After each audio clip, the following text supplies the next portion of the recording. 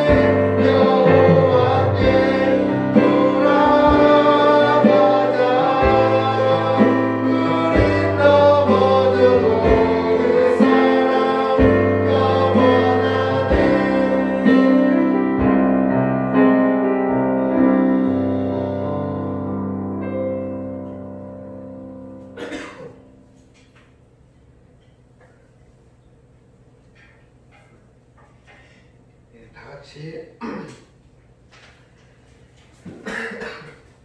기도하겠습니다.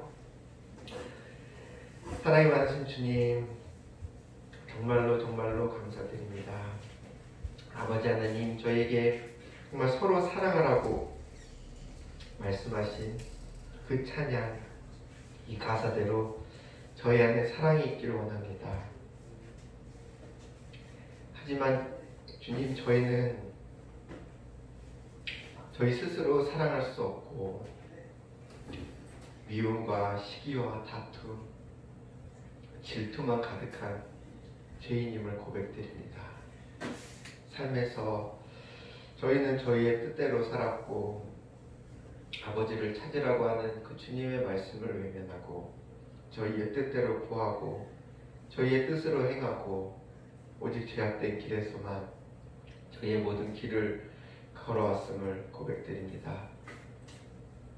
아버지 하나님께서 저희를 위하여 베풀어 주신 그 십자가의 사랑이 저희의 삶과는 아무런 관련이 없고 그저 2000년 전에 돌아가신 한 죄인으로 예수님을 여기며 한 주간을 살아왔음을 고백드립니다. 아버지 하나님, 정말 잘못 돌아가는 이 세상에 저희가 몸을 맡기고 저희의 생각이 온전히 그곳에 잠긴 채 주님을 바라보지 못하고 정말 사망의 늪에서 허우적대며 살아가는 저희의 모습을 불쌍히 여겨주시고 긍휼을 베푸사 주님의 발걸음, 주님의 성전으로 향하는 발걸음으로 인도하여 주시니 감사드립니다. 아버지 하나님, 오늘 정말 이 시간, 정말 짧은 시간이지만 정말 주님의 마음을 알고 주님이 저희를 얼마나 사랑하시는지, 주님이 얼마나 애타게 저희를 부르시는지, 아버지 하나님이 정말 저희를 얼마나 사랑하시는지 그 마음 정말 작게나마 짧게나마 주님 만나고 돌아갈 수 있도록 주님 함께하여 주시옵소서. 주님, 정말 아직도 오지 못하는 많은 친구들이 있습니다. 고3이라는 이유로, 또 가정 형편 때문에, 또 멀리 있다는 이유로 아버지 마음은 이곳을 향하고 있지만 아버지 이 자리에 오지 못한 저희 중고등부 학생들 정말 주님께서 한 사람 한 사람 그 마음 가운데 만나주시고 주님 그들의 입술의 고백이, 기도가 정말 주님께 응답되도록 주님 도와주시옵소서. 저희 모두 정말 주님께 온전한 예배 드리고 돌아갈 수 있는 이 귀한 한 시간 되게 하여 주시옵소서. 모든 말씀 우리 주 예수를 받들어 간절히 기도드렸습니다. 아멘. 자, 오늘 보실 성경 말씀은 열왕기하 18장 9절에서 12절 말씀이에요. 열왕기하 18장 9절에서 12절 말씀.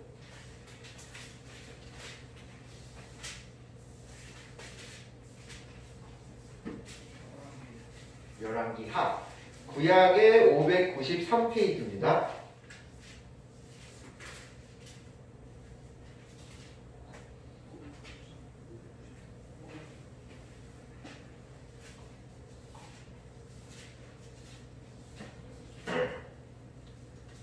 자, 우리 한 목소리로 찾았어?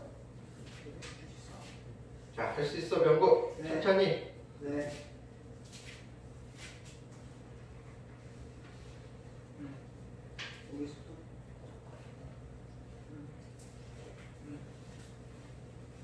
자, 한 목소리로 읽도록 하겠습니다. 시작. 히스기야 왕 제4년 곧 이스라엘의 왕 엘라의 아들 호세야 제7년에 아수르의 왕 살만에셀이 사마리아로 올라와서 에워쌌더라. 3년 후에 그 성읍이 함락되니 곧 히스기야 왕의 제6년이요 이스라엘 왕 호세아의 제9년에 사마리아가 함락되매 아수르 왕이 이스라엘을 사로잡아 아수르에 이르러 고산 강가에 있는 할라와 하볼과 메대 사람의 여러 성읍에 두었으니 이는 그들이 하나님 여호와의 말씀을 듣지 아니하고 그의 언약과 여호와의 종 모세가 명령한 모든 것을 따르지 아니하였음이더라. 아멘.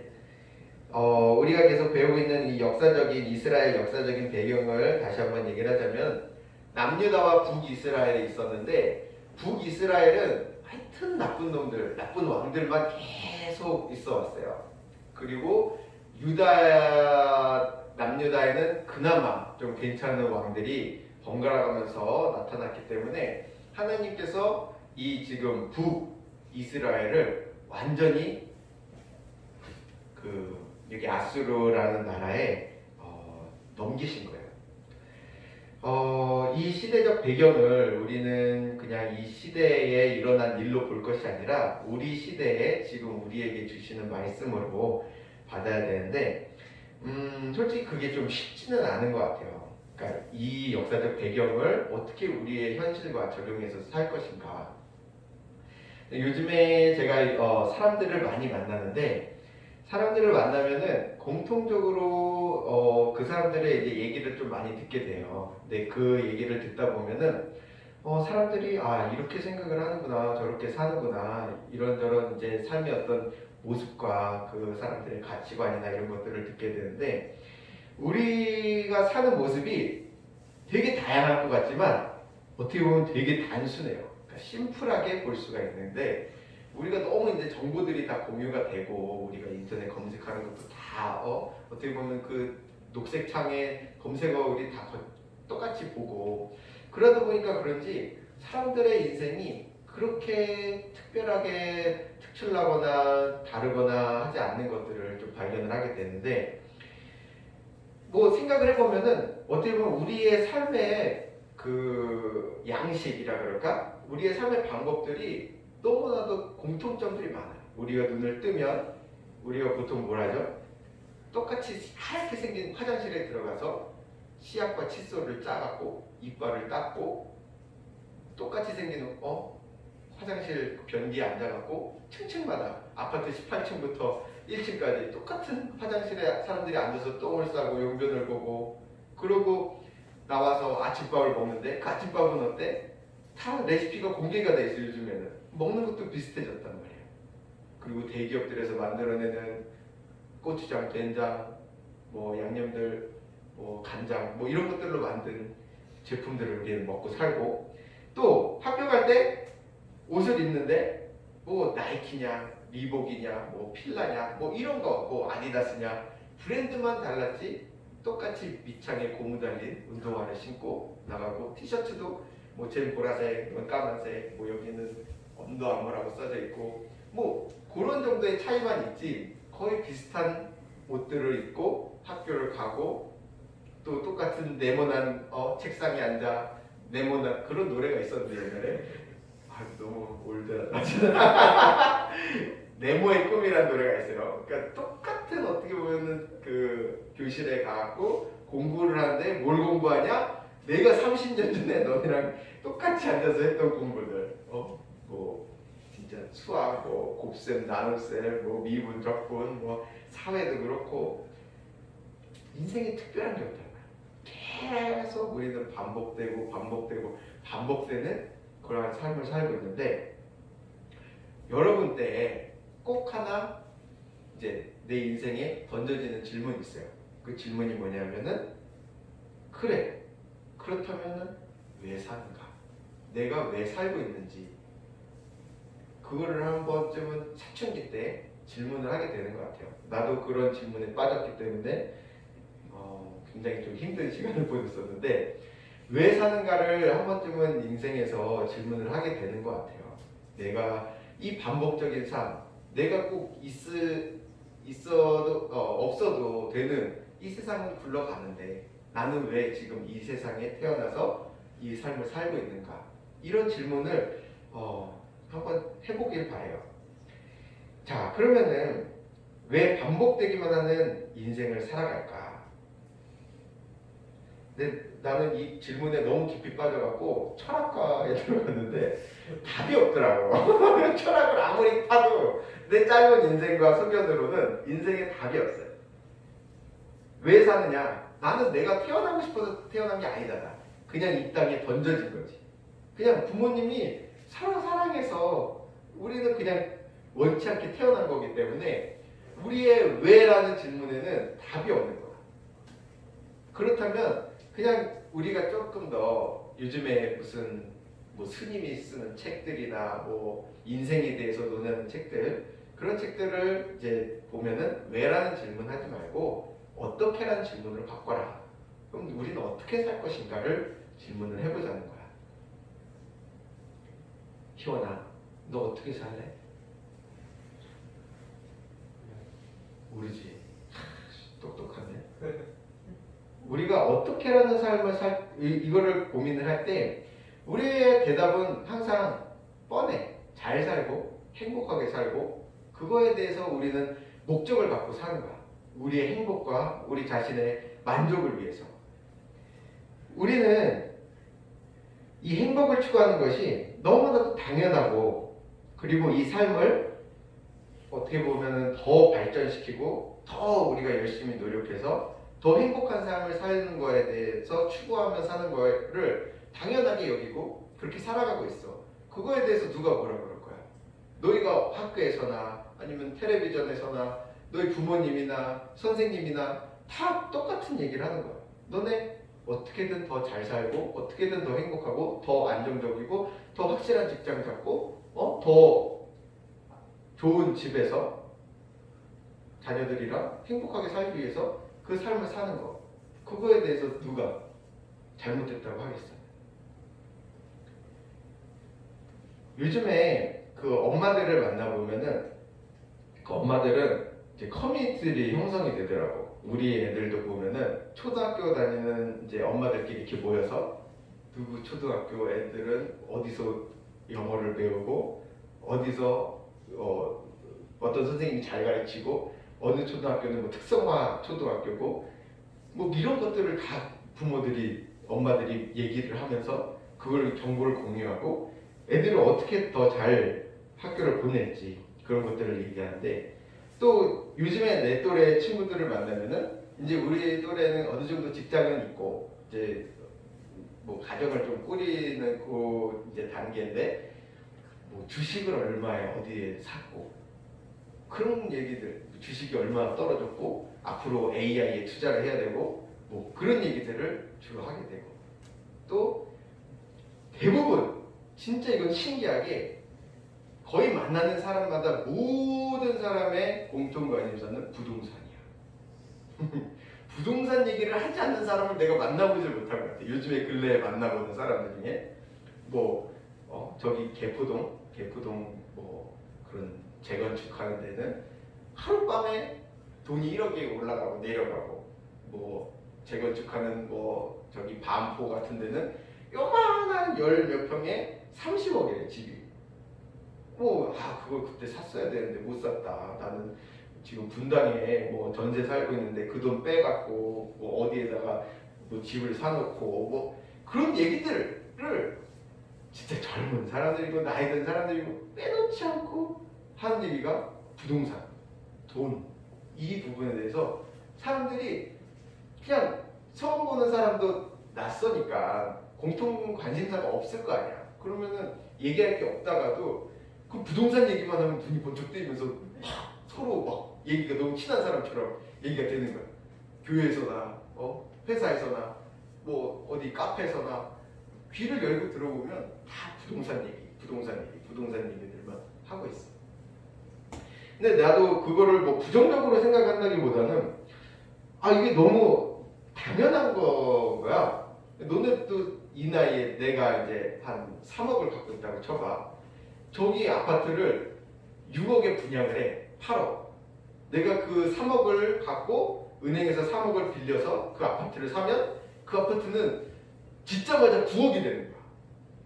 그럼 나는 3억을 가지고 3억을 벌어서 6억짜리 집을 9억에 갚게 되고, 뭐 어떻게 되냐? 하여튼 빚을 3억을 갚아도 나는 먹고 살 만한 삶이 되는 거지. 너네가 만약에 취업을 해서 3억을 번다고 생각을 해봐. 한 달에 많이 벌어야 300인데 미안하다. 더 버니 너네?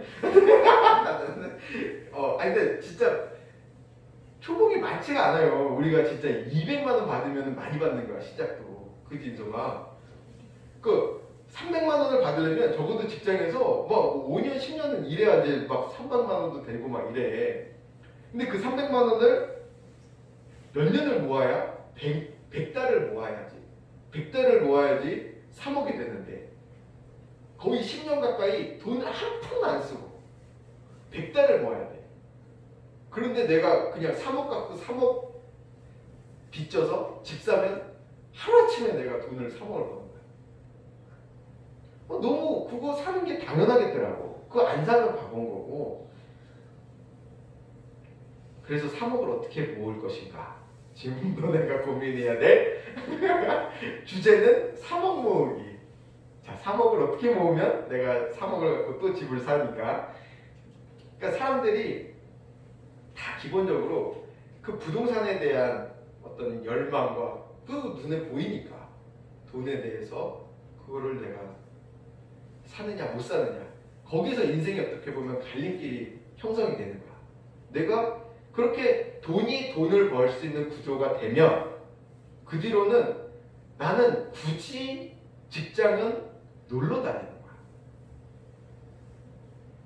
내가 100달을 일해서 버는 돈이랑 내가 하루아침에 투자해서 저 위치 좋은 아파트를 사는 거랑 물론 청약이 뭐 당첨이 돼야 되겠지만 여기저기 넣으면 다 되더라고. 되기는. 자, 똑같아. 그러면은 너네는 열심히 일을 해서 그 돈을 벌래? 여기 그냥 투자해갖고 돈 벌래? 남원준 어떻게 생각해? 너는 어떻게 돈 벌래? 뭘 고민해? 착함착하지 말어. 자본주의 사회에서는 돈을 버는 게 너무나도 당연한 거야.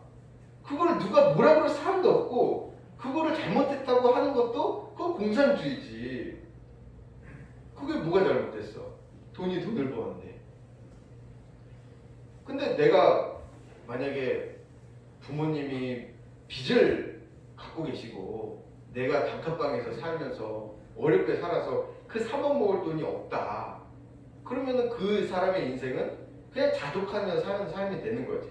그냥 나는 그냥 나 혼자 그냥 편의점에서 알바하면서 그래 내가 돈 많이 모으면 적어도 그래도 차라도 아니면 오토바이라도 내가 원하는 오토바이를 산다든지 아니면은 최저임금은 그래도 10,000원 이상 되니까 내가 돈 모으면은 1년에 6개월은 내가 해외에 가서 살 수 있는 그런 여건이 되는 거야. 해외에서도 뭐 일을 할 수도 있는 거고. 그러면서 나름 행복하게 삶을 살 수 있는 또 요즘에는 돈이 넘쳐나기 때문에 그러한 삶도 나름 오케이야. 하지만 결혼이나 이런 것들은 불가능하지. 왜냐하면 이제는 결혼도 스펙이 돼버렸어. 내가 어느 정도 나하고 조건이 맞는 사람을 만나기 위해서는 내가 집을 갖고 있거나 내 직장이 뭐 의사, 변호사 뭐 요즘에는 그것도 한물 간다고 하지만 어느 정도 그런 받쳐주는 게 있어야 내가 이 사람을 책임지겠다, 결혼하겠다. 그런 이제 어떤 이 레벨이 다 정해져 있단 말이야. 스펙에 따라서. 점점 우울해지지. 자, 우리가 어떠한 삶을 살 것인가? 너네는 전자냐? 돈을 버는 구조로 갈 것이냐? 열심히 노력해서 너네가 번 돈을 그냥 자급자족 하면서 그렇게 살 것이냐? 자, 어떤 삶을 살래? 우리 청년들도 한번 질문해 봅시다. 어떠한 삶을 살고 싶습니까? 전자의 삶. 전자의 삶. 그치. 뭐 피치 못하게 후자의 삶을 살 수도 있겠지만 우리가 목적하는 거는 전자의 삶일 거란 말이에요. 근데 자, 어떤 것이 정답이냐 하면은 정답은 둘 다 정답이 아니라는 거야. 이거는 질문이 틀렸어. 질문이 글러먹은 거야. 우리는 성공과 실패의 기준을 이렇게 돈을 버는 삶과 내가 아무리 노력해도 개선되지 않는 삶, 이러한 성공과 실패의 기준을 돈의 잣대를 가지고 늘 질문하고 대답을 해. 우리가 늘 대답하고 우리가 묻고 하는 거는 부동산 얼마에 샀느냐, 너 얼마 직업 시각 얼마 받냐, 너 보너스 얼마 받았냐. 우리가 생각하는 사고의 구조가 이 세상 문화가 이 세상이 말하고 모든 것들을 우리에게 주입하는 내용들 자체가 너 성적 얼마 받았어? 네이점이냐? 아 A라고 그런 줄 알았대요. 그 A냐 B냐 그거야. A냐 B냐 몇 가지니? A, B, C, D, F. 난 어제 Z. Z도 있지. Z까지요. 난 어제인가 그저께인가 대학원 교수한테 메일이 왔어. 꽈락 대상이니 밀린 과제를 제출하기 바란다 해서 3개를 부랴부랴 내고 겨우 이제 꽈락은 면할 것 같은데 아무튼 그런 사람이 참 목사가 된다고 공부를 하는 것도 참 잘못된 것 같긴 한데 우리가 삶의 기준이라고 하는 그 질문들, 그러니까 우리는 성공과 실패의 그 잣대, 우리가 하는 질문에 대해서 다시 한번 생각해 봐야 되는 거야. 그 질문이 제대로 된 질문이냐 아닌 질문이냐. 우리는 다 돈돈돈하고 다 그냥 그 우상, 그냥 성공, 직장, 또 성적, 뭐 또 친구들, 내가 뭐 친구를 얼마나 갖고 있냐, 친구를 얼마나 사귀고 있느냐, 그런 틀, 그런 걸 우리가 전문용어로 패러다임이라고 하는데 그 패러다임에 갇혀서 살기 때문에 그 패러다임 밖에서 우리를 보는 시선을 보지 못하고 하나님이 아무리 그 밖에서 우리에게 외치고 너네 돌아오라고 그러고 내가 너네를 사랑한다 그래도 들을 수 있는 귀가 없고 마음이 열리지 않는 거야. 우리가 이 세계의 가치관과 우리의 모든 교육과 이 모든 것들이 어느 한 울타리 안에 우물한 개구리가 돼버리고 있는 거지. 그러니까 점점 더 뇌는 굳어지고 마음도 굳어지고 우리의 심성도 악한 쪽으로 가는 거야. 이스라엘 나라는 처음부터 얘네도 우상만 섬기는 나라가 아니었어. 얘네도 처음에는 그냥 이방인들하고 같이 살면서 하나님의 그 성전도 믿으면서 그 우상들도 섬기기 시작한 거야. 점점점 그렇게 되다가 결국에 우상만 섬기게 되는 나라가 된 거지. 이 열왕기 하의 그 모든 내용들을 보면 이스라엘 나라가 얼마나 타락해가고 얼마나 타협하고 그 하나님이 아닌 애굽 나라나 아수르나 바벨론이나 그런 나라들을 의지해 왔는지 점점점 그 나라의 타락상을 보게 돼. 그게 바로 지금 우리의 모습처럼 돈 하는 게 잘못된 건지 모르고 부동산 하는 대화가 너무나도 넘쳐나고 그 대화 자체가 당연하게 받아들여지고 이 질문 자체, 너 성적 잘 받았어 못 받았어? 그게 인생의 성공의 실패야? 이게 아닌데 우리는 그거가 인생의 성공과 실패를 가르는 것처럼 서울대 아니야, 인서울이 아니야, 그런 잣대를 우리는 너무나도 당연하게 받아들이고 그걸 가지고 우리의 삶에 왜 사는가, 우리는 무엇으로 사는가, 어떻게 사는가, 이러한 질문에 대한 스스로의 답을 내리고 있다는 거야. 그러면은 자, 우리는 어떻게 해야 돼? 우리가 아모스 선지자의 그 말을 들은 것처럼 너네 잘못되고 있어, 너네 이렇게 가다가 망해, 하나님이 그렇게 말씀하실 때 우리는 귀를 열고 마음을 열고 그 말씀을 우리의 삶과 현실에 적용해서 살아야 되는 거야. 하나님은 자기를 찾으라고 하셨어.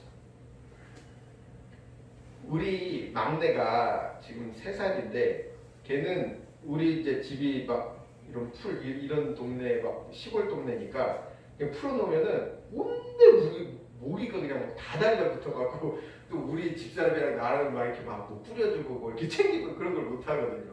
그럼 많이 날린 거야. 막 온데 다 물려 모기가. 근데 얘는 자기가 이제 말을 배웠어. 여기 아팠어요. 여기 아팠어요. 모기 물린데 하나하나를 다 짚으면서 약 발라달라고 여기 아팠어요. 여기 아팠어요. 여기 아팠어요. 여기 아팠어요. 자기가 보이는 모든 군데에 손가락을 갖추면서 아팠다고 해. 우리가 우리의 죄, 우리가 아픈 부분, 그러니까 죄라는 거는 우리가 고통을 의미하거든. 근데 우리는 그 고통 가운데 살기 때문에 이게 고통인지 뭔지도 모르고 사는 거야. 너무나 아픈 너무 무거운 짐을 지고 사면서도. 우리가 죄를 짓고 우리가 마음속에 어려움이 있을 때 우리는 하나님한테 하나님 여기가 아팠어요. 내가 이런 죄를 졌어요. 나의 마음에 이런 마음이 들어왔어요. 내 생각에 이런 악한 생각이 들어왔어요. 내가 저 친구가 미워요. 내가 사랑하려고 해도 저 불쌍한 사람을 도와주고 싶은 마음이 전혀 안 들어요. 교회에 가기 싫은 마음, 그런 마음들이 내 마음에 가득해요. 이런 것들을 하나하나 하나님한테 고백하고 찾아야 되는 거예요.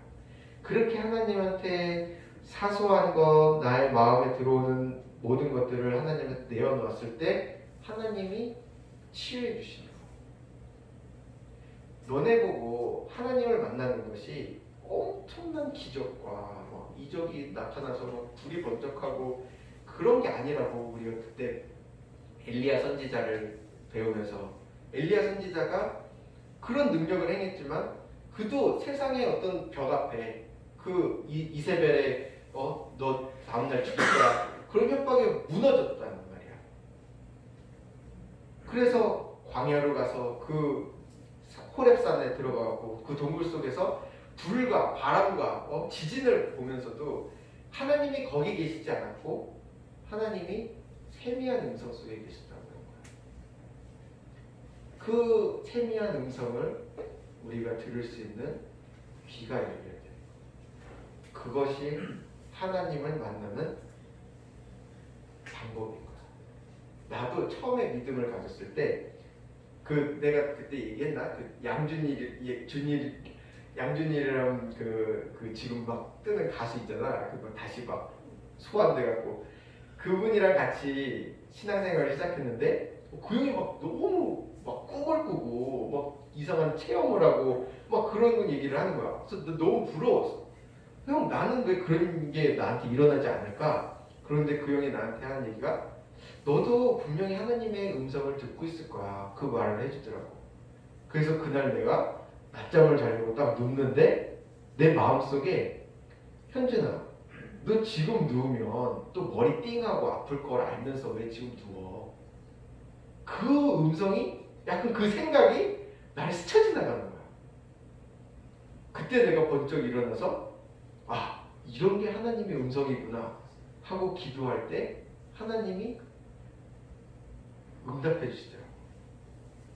그러니까 우리가 하나님을 만나는 방법이 너희가 하나님을 너무나도 찾아가기 힘들고 너무 멀리 있는 대상이라 생각하지 말고 그냥 너희 일상에서 그 음성을 듣고 그 음성에 따라서 살기를 원하는 그 마음을 품으면 하나님이 언제나 어느 순간에나 너희에게 말씀하고 계시고 너희와 함께하고 있다는 것을 너희가 깨닫는 때가 오게 되는 거야. 너희가 만약에 그러한 어떤 하나님의 함께하심이 없다면 그 성령의 함께하심이 없다면 오늘 이 자리에 이렇게 앉아있는 역사가 일어날 수가 없는 거야. 그걸 믿어야 돼. 하나님이 지금도 나에게 말씀하고 계시고 지금도 나와 함께하고 계시다. 그거를 우리가 붙잡고 그걸 믿는다고 고백할 때 하나님은 우리에게 속삭이기 시작하시고 그걸 우리가 들을 수 있게 되는 거야. 근데 하나님이 말씀하시는 게 대단한 게 아니야. 오늘 우리가 부른 찬송처럼 내가 너를 사랑한다. 아들아 내가 너를 낳았다. 너는 내 것이다. 서로 사랑하라. 그 말씀을 우리에게 해주시는데 정말 너희가 그 고난의 터널을 지나면서 삶에는 항상 그 고난이라는 것을 통해서 우리에게 말씀을 주고 메시지를 주시는데 내가 힘들고 외로울 때 너희가 그 한 말씀을 너희가 듣는다면 이 세상의 어떠한 정말 사망도 너희를 이길 수 없는 그런 힘을 얻게 될 것입니다.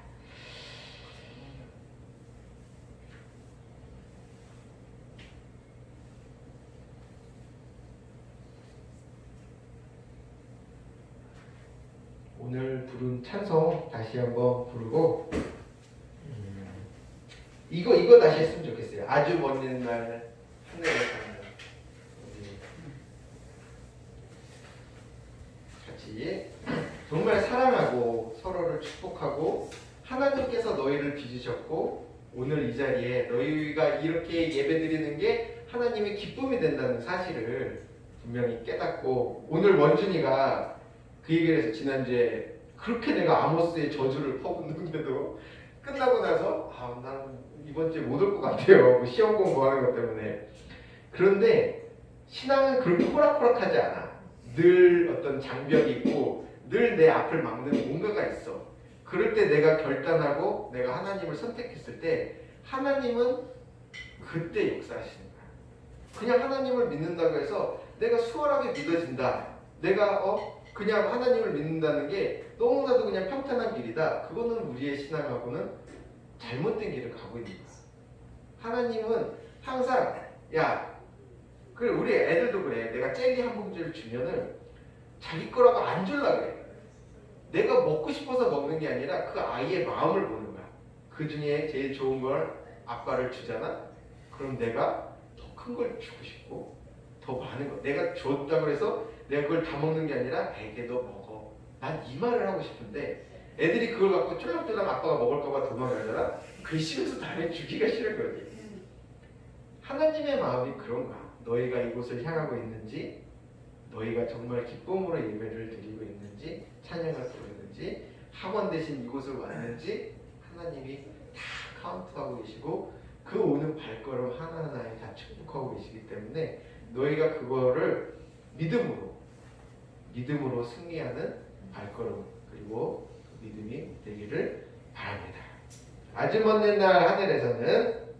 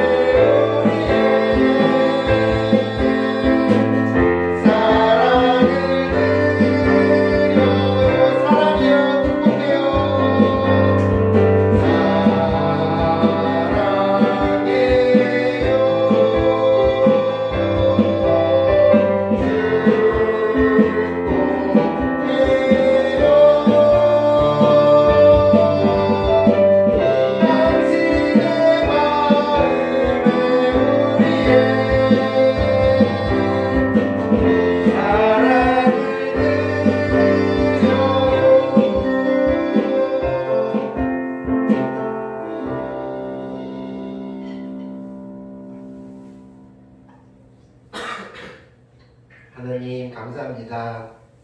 오늘 저희에게 주신 말씀 아버지께서 정말 저희에게 너의 인생이 무엇이냐, 너의 인생이 왜 지금 이 자리에 이곳에 살고 있느냐.